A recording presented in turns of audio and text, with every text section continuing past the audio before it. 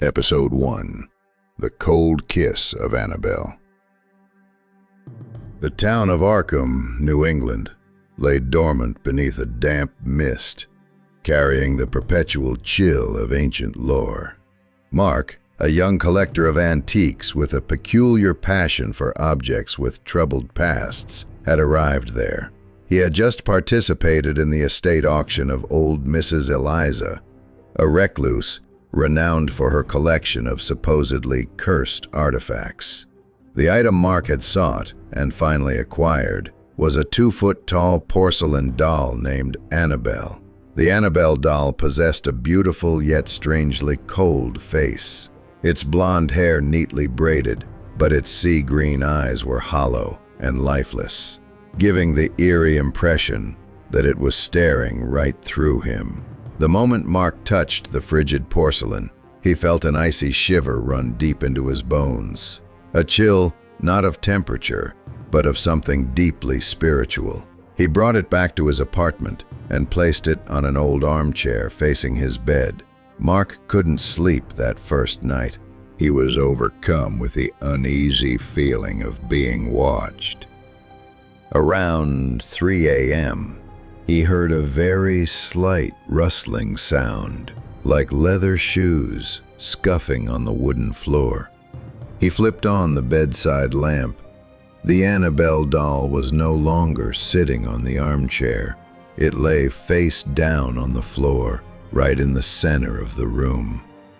Mark's heart seized up. He rationalized it as accidental movement, or that he had placed it precariously. He put it back on the chair, being extra careful. But then, the terrifying dreams began to plague him. In the dream, Mark found himself trapped in a blood-red painted room. A little girl, in a soiled white dress, stood before him, her eyes vacant, lacking pupils. She did not speak, but instead whispered curses in a voice that did not belong to a child. A hoarse, ancient voice, full of profound hatred. When Mark woke up, he found deep, sharp scratches of unknown origin on his arms. He was certain he had not done it to himself. Things escalated drastically on the third night. Mark was reading when he looked up and saw Annabelle's reflection in the mirror opposite him. It was no longer just an inanimate doll. In the reflection, the porcelain face had contorted into the face of a pale, wrinkled old woman. Her thin lips stretched into a terrifying, hateful sneer. She slowly raised her hand, long and bony fingers pressing against the mirror's surface. Struck with absolute terror, Mark whirled around to face the armchair. The doll still sat there, motionless, but an unearthly coldness engulfed the room. He felt an icy breath, smelling faintly of damp earth and rot, right on the back of his neck, despite having turned away from the doll. He realized the doll was possessed, and it wasn't merely playing games. He decided he had to destroy it immediately. He stepped toward the doll, his hands trembling as he reached out. But just as Mark attempted to pick it up, an invisible, icy force pressed down on his shoulders, paralyzing him. The bedroom door slammed shut on its own, making a resounding noise like a gunshot. The high-pitched cackle, not of a child, but of the old woman from the mirror, echoed throughout the empty apartment. Mark fell to the floor, staring up at Annabelle. Its hollow porcelain eyes seemed to fill with a faint crimson glow, and the smile on its face appeared to widen. He suddenly grasped a horrifying truth. He was not Annabelle's owner. He had become its new plaything, forever trapped in this room, besieged by the cold kiss of Annabelle. Episode 2. The Blue Fire in the Night Woods. Sarah and her group of friends, including her younger brother Jake and their two closest friends, Chloe and Ben, decided to camp deep within the redwood forest. This forest was known for its colossal ancient trees and terrifying legends of the Fire of the Lost Ones. They followed an old, long-forgotten trail that led them into a deep area where sunlight struggled to penetrate. As dusk settled, the darkness was not merely an absence of light, but a physical entity, heavy, pressing, and intensely cold. After setting up camp, Chloe suddenly pointed into the depths of the black trees. Cutting through the night, a strange, flickering blue light appeared. It was not a campfire, nor a flashlight. It was a small, suspended flame, moving with no discernible physical pattern. Jake, who had heard the local legends, whispered in terror, "That's the will-o'-the-wisps, the spirits of those who died in the woods. They lure the living deeper into a place with no way back." Though fear pervaded, the sheer, mad curiosity of youth won out. Ben, holding his flashlight, convinced the group to follow the blue fire. They believed it was a rare natural phenomenon, or perhaps the light from some mysterious hidden cabin. They began to follow the flame. The deeper they went, the more the surrounding space seemed to warp. The trees appeared taller, their trunks twisting into bizarre shapes like giant fingers trying to clutch them. Their mobile phones completely lost signal, and their compass spun wildly as if possessed. They couldn't distinguish one direction from another. Then, they began to hear sounds that defied explanation. Soft yet chilling calls of their names echoed from different directions, interspersed with mournful sobbing and the sound of running feet rustling through the bushes. The voices were familiar, like Sarah's mother or Chloe's deceased best friend, but delivered through a distorted, grotesque resonance. The blue fire finally stopped before a massive ancient tree, its trunk hollow and blackened. It stood there like a gateway to hell. When Sarah, who was leading the group, peered into the hollow of the tree, she glimpsed pale, suffering faces with pleading eyes attempting to reach out to her. These were the trapped spirits. Just then, Jake screamed. He had shown his flashlight down and discovered a horrifying truth. On the damp ground, there were not one, but dozens of strange, bare footprints. They were not moving further into the woods. They were all pointing backward, as if their owners had desperately tried to flee, but had been dragged back by an unseen force. Chloe stammered, We aren't walking, we're being dragged." The very moment this realization consumed them, the eerie blue fire completely vanished, leaving them in the thickest, darkest blackness they had ever known. The whispered voices of hundreds of souls, the crying, the silent screams, and the sound of feet being dragged across the earth rose up from all sides, surrounding them. There was no escape, no light, and the trapped spirits had now found new companions. They had followed the blue fire, and the door back to the world of the living had slammed shut. Episode 3: The Distorted Mirror. Ethan, a young man of seemingly rational and skeptical demeanor, acquired a used, full-length Victorian mirror from a small antique shop tucked away in a dark alley. The mirror had an exquisitely carved oak frame, but a small, sharp crack marred its upper right corner. The aging vendor, with weary eyes, had warned Ethan that the mirror had a dark past, having witnessed multiple deaths, and carried something with it. Ethan merely scoffed, dismissing it as a cheap sales tactic. He hung the mirror in his bedroom, directly opposite the door. Immediately, Ethan began noticing anomalies. His reflection in the mirror was not perfectly synchronized with his actions. When he combed his hair, the image in the mirror seemed a fraction of a second slower. Or sometimes, he would see his reflection sneer while his real face was contorted in an annoyed frown. He tried to test it, moving faster, but the discrepancy was always there. A subtle, chilling cognitive dissonance. Gradually, objects in the room began to disappear or appear in the wrong places. His car keys vanished from the hook, only to reappear on the floor right in front of the mirror. A book he was reading suddenly had a page violently torn out. He had absolutely no recollection of doing any of these things. The strangeness climaxed one night when Ethan suffered from insomnia. He stood before the mirror, staring at himself. His reflected face began to age rapidly.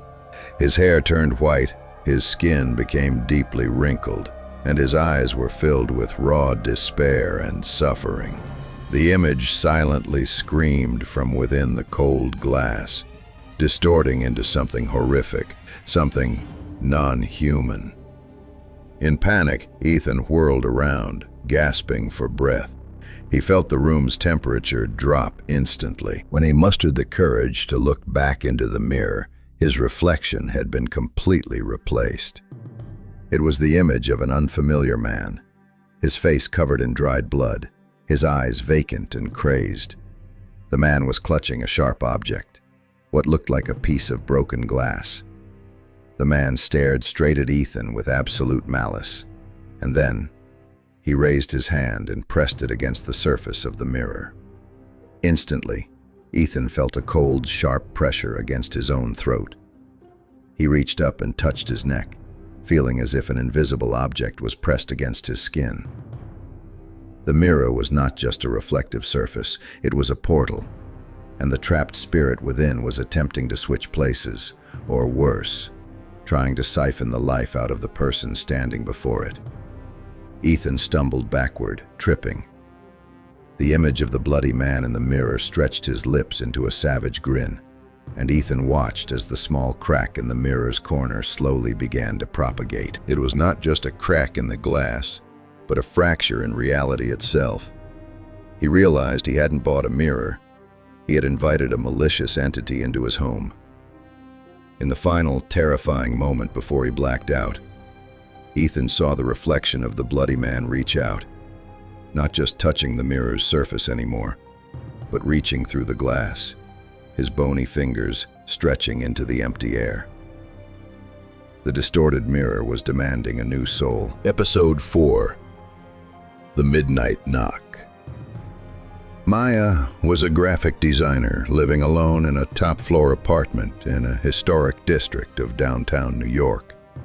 Her apartment was on the highest floor, quiet and secluded, but that very stillness became her trap. It all began with a solitary knock on the door. It happened at 3:07 a.m. Maya was jolted awake by a subtle yet distinct sound. Knock. Just a single, definite sound. She turned on the light and peered through the peephole, but the hallway was completely empty. She dismissed it as the wind or residual noise from a lower apartment. But then it repeated. Exactly at 3:07 a.m. the next morning, the knock sounded again. Knock. Maya started to feel genuine fear. She installed a small hidden security camera pointing at the entrance. The camera only recorded the empty door, with no one approaching during the time the knock occurred. The sound seemed to originate from nowhere, or from an invisible entity. The knock continued every night, turning fear into obsession. Maya became exhausted, stressed. She couldn't sleep before 3 a.m. She called the police, the building management, but no one could find any sign of intrusion or damage. One night, when the clock struck 3:07 a.m., the knock came again. This time, Maya decided to act against her instincts. She was too tired of the mystery.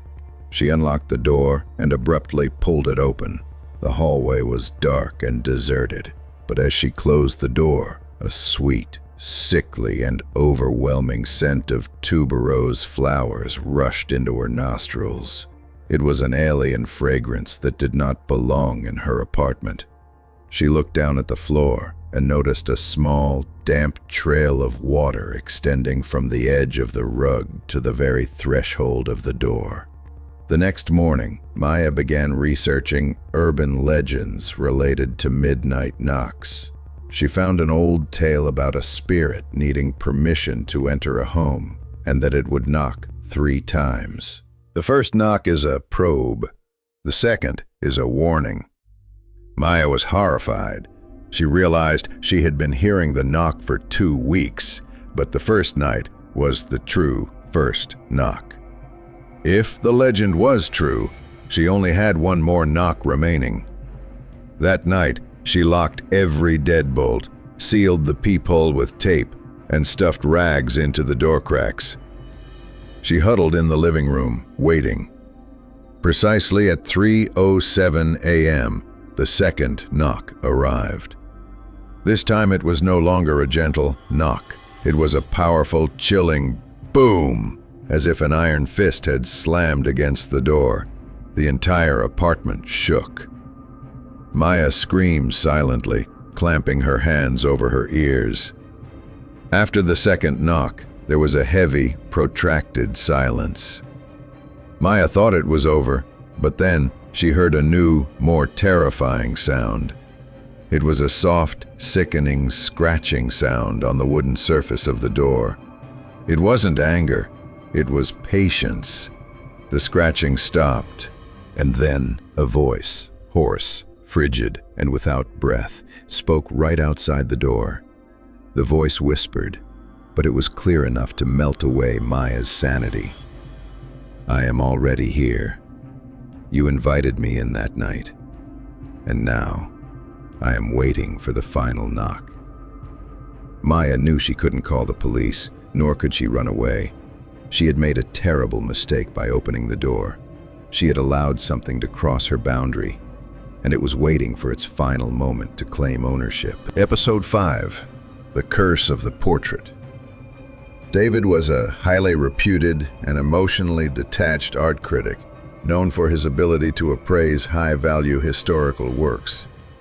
He was tasked with evaluating an old, anonymous portrait discovered in an abandoned church in Savannah, Georgia. The painting depicted a colonial noblewoman dressed in heavy black velvet. What instantly obsessed David were her eyes, sharp, shrewd, and the cryptic, unpredictable sneer on her thin lips. From the moment he placed the painting in his private studio, David felt an inexplicable pressure. He constantly had the sense of being watched, even when completely alone in the room. The eyes in the painting seemed not to be static paint. They moved. He swore that when he moved to the right, the pupils in the portrait shifted to follow him. The bizarre interaction grew more pronounced. The subject's expression subtly changed to match David's mood.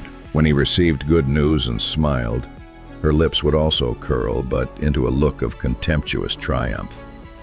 When he was angry or frustrated, the face in the portrait became dark and malicious. David began to suffer from severe insomnia. When he closed his eyes, he saw the woman's image lingering in the darkness, and she often whispered criticisms and judgments about his work and life. After searching through old archives, David uncovered the woman's identity: Lady Eleanor, a socially exiled wife in the 18th century who had been accused of witchcraft and executed brutally. Her soul, according to legend, had been permanently sealed into this portrait by a vengeful priest. Terrified, David decided to cover the painting. He used a thick canvas cloth to completely conceal it, hoping to block the gaze of those haunted eyes. But the moment he turned his back, a heavy glass ashtray on his desk suddenly slid off, shattering loudly right beside his foot. It was an unspoken threat. David attempted every method to neutralize the painting, turning it face to the wall, moving it into a cold storage room. But each attempt was met with dangerous accidents or a sensation of suffocating, crushing pressure. The climax arrived on a stormy night, as David sat having coffee in his studio, trying to maintain composure. He stared intently at the canvas cloth covering the portrait. Slowly, agonizingly, the face of Lady Eleanor began to bulge outward from the flat surface of the cloth, forming a strange, three-dimensional mass, as if her soul were physically straining to escape the confines of the painting. David lunged forward, ripping the cloth away. He froze in astonishment. Lady Eleanor's face had vanished completely from the canvas. All that remained was an empty frame and patches of the lifeless background color. But instantly, he felt an icy draft sweep past his back. He caught the potent scent of old oil paint and decaying canvas. Then, he heard the soft rustle of silk skirts, slow footsteps moving within the room. David turned his head. No one was there. But he knew she was present. He looked at the empty painting, realizing that Lady Eleanor no longer needed to remain on the canvas. She had been freed. The curse of the portrait had been activated. David hadn't just appraised a piece of art. He had invited her soul into his life. Episode 6. The Garden of No Return. 12-year-old Lily and 8-year-old Jane moved with their family to a secluded countryside house in rural Oregon. The property featured a back garden, unusually dense and enclosed by a tall iron fence. The garden held no flowers, only dark green, shadowy bushes and trees, their branches intricately woven to form confusing, twilight corridors. From the moment they stepped inside, the two sisters felt something was wrong. The small wooden gate they had just passed through seemed to vanish immediately behind them. They became lost after just a few steps. Although they tried to turn back, every pathway looked identical, and the dense bushes seemed to rearrange themselves to block their exit. This garden did not obey the rules of physical space. Inside the garden, they began to hear strange sounds, the soft tinkling of a bell, faint giggles, and a sorrowful lullaby echoing from deep within. The singing was that of children, but it contained an ancient, profound despair. When they followed the direction of the sounds moved further away, as if teasing or luring them deeper. One afternoon, as weak sunlight struggled to penetrate the canopy, they discovered a rusty swing set hidden among the bushes. The swing was swaying gently on its own, even though there was no breeze. Nearby, on the ground, they saw an old, faded straw hat. Jane picked up the hat. The moment she touched it, an image flashed across her mind. A group of children playing hide-and-seek in this very garden, all turning to stare at Jane. Their faces were pale, clothes ragged, and their eyes were empty. Yet all of them were smiling in a horrifying, fixed way. Lily screamed, pulling Jane to run. They desperately tried to find the iron fence, but the wall of foliage seemed endless, taller than a castle wall. They ran frantically, but every time they thought they reached the edge of the garden, they found themselves back in front of the same colossal tree they had passed earlier. They realized a terrifying truth. This garden was a prison for souls. The giggles and the singing were not an invitation. They were the trapped sounds of children who had died and been buried in this soil, unable to find their way out. The despair reached its peak when night fell. The darkness in this garden was blacker than the outside world. As they huddled near a tree trunk, they heard small footsteps, a gentle shuffling over the dry leaves. Then came a whisper right next to Lily's ear. "Play hide and seek, forever." Lily and Jane looked down. Right beneath their feet, the damp earth began to sink slightly, as if something underneath were pushing up. The garden wasn't just holding them. It was trying to swallow them, to turn them into another one of the trapped children, so their giggles would also echo eternally in the Garden of No Return. Episode 7. The Recording of the Dead. Alex was a brilliant sound engineer, working in a fully soundproofed private studio. He had a peculiar hobby of collecting vintage recording equipment.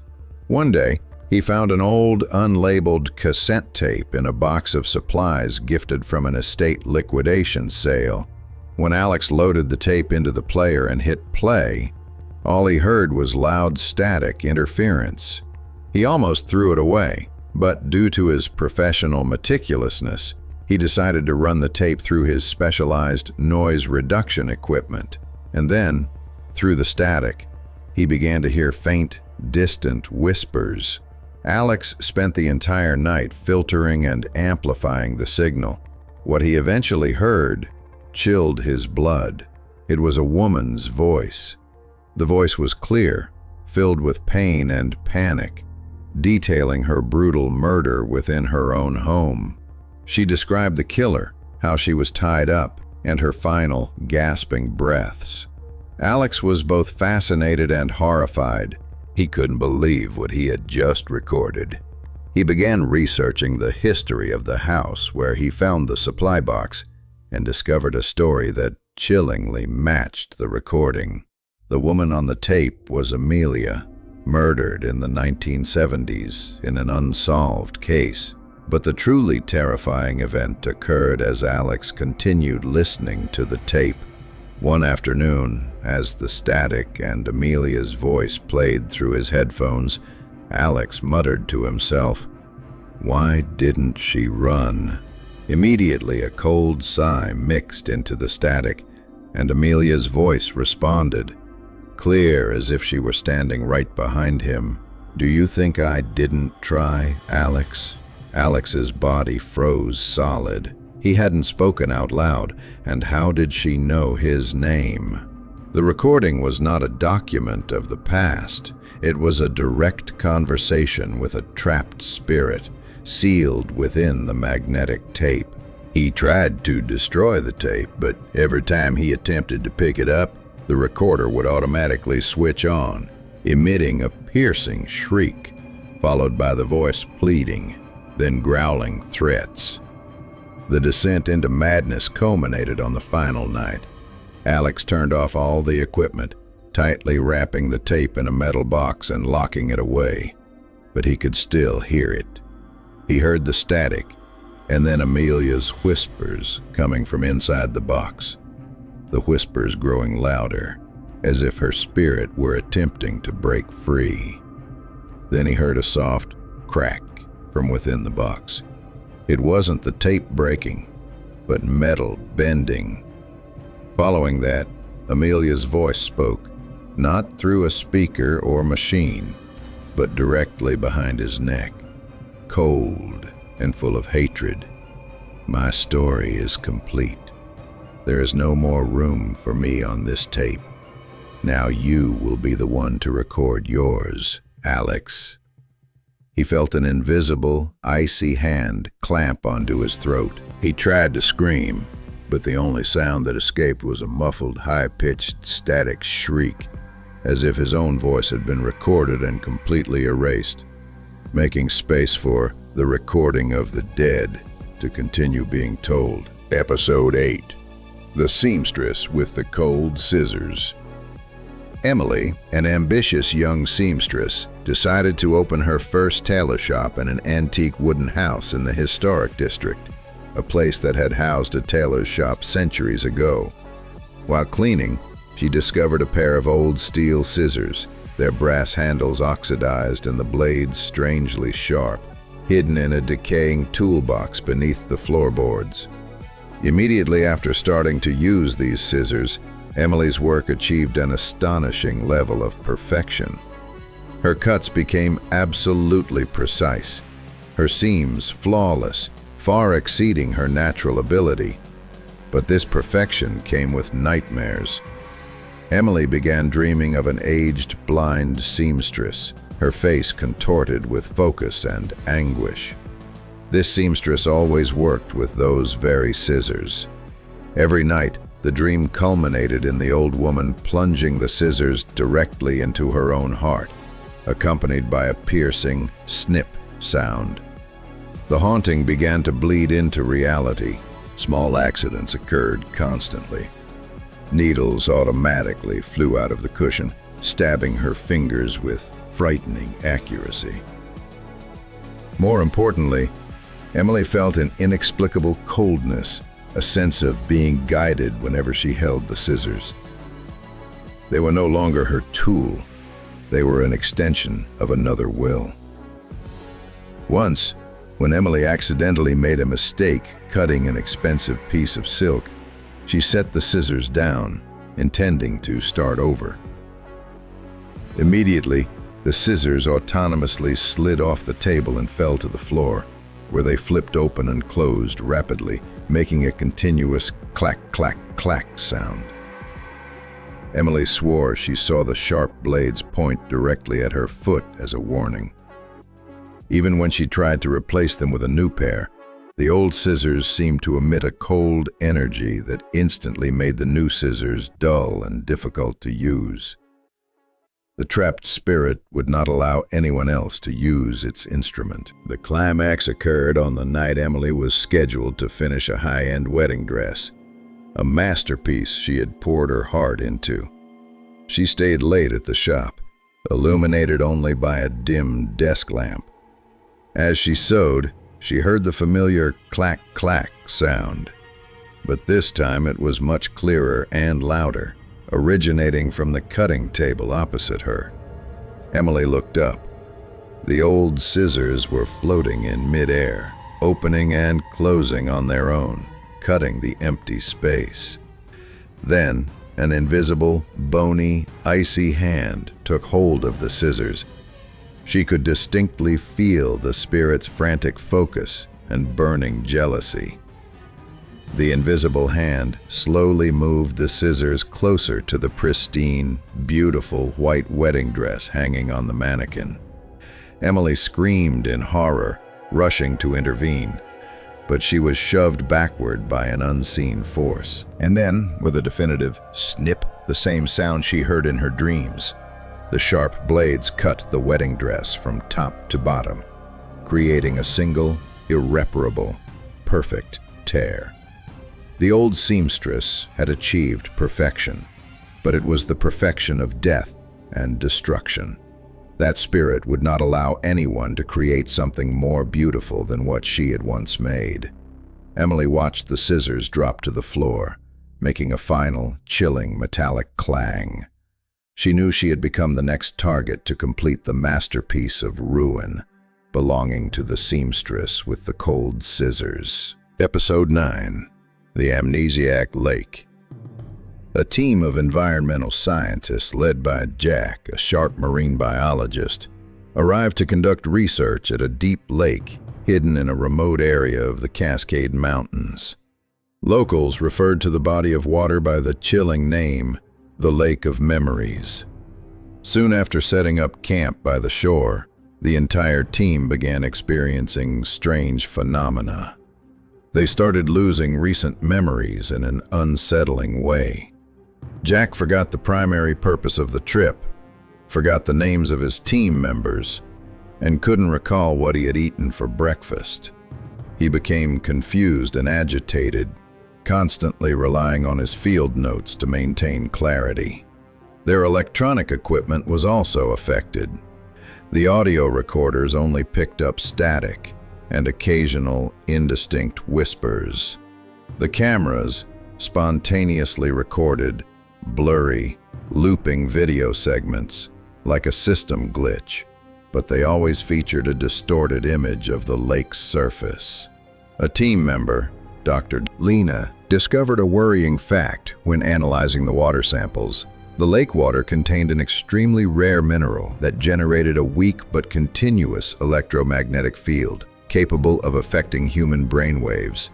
This could rationally explain the amnesia, but Jack began to suspect something far more supernatural was at play. During a deep dive to collect samples from the lake floor, Jack discovered a thick, black, viscous substance in the deepest sediment layer. When he shone his flashlight on it, he saw hundreds of objects suspended within the dark liquid. Old diaries, faded family photographs, children's toys, and personal mementos. He realized these were the physical memories of people who had vanished in this lake over the decades. That night, Jack dreamed he was at the bottom of the lake.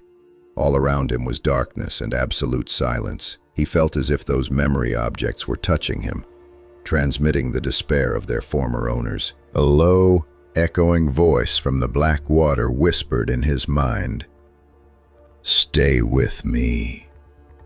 All burdens will be forgotten here." When he woke up, he found a message scrawled in his own handwriting on a torn page from his notebook. Don't try to leave. The truth doesn't matter. Forgetting is peace. Jack had absolutely no memory of writing the note. He rushed outside his tent. A thick fog blanketed the lake surface. The water was eerily still, but he could see large, slow bubbles rising from the depths. They were not methane gas. They were memories, fragments of information, personal events escaping the surface, absorbed by the cold air. This lake was not just erasing memories. It was collecting and trapping them, and Jack and his friends were slowly being drained of their minds, about to become empty shells, so their memories could be added to the endless collection of the amnesiac lake. Episode 10. The Neighbor from the Past. David and Lisa, a young married couple, had just purchased a charming but aging Cape Cod house in the suburbs of Boston. The house seemed perfect, save for one thing. They began receiving correspondence from a neighbor named Mrs. Mildred. The first letters were politely handwritten on antique stationery, complaining gently about the minor noises David and Lisa made, and how they were disrupting the arrangement of the garden.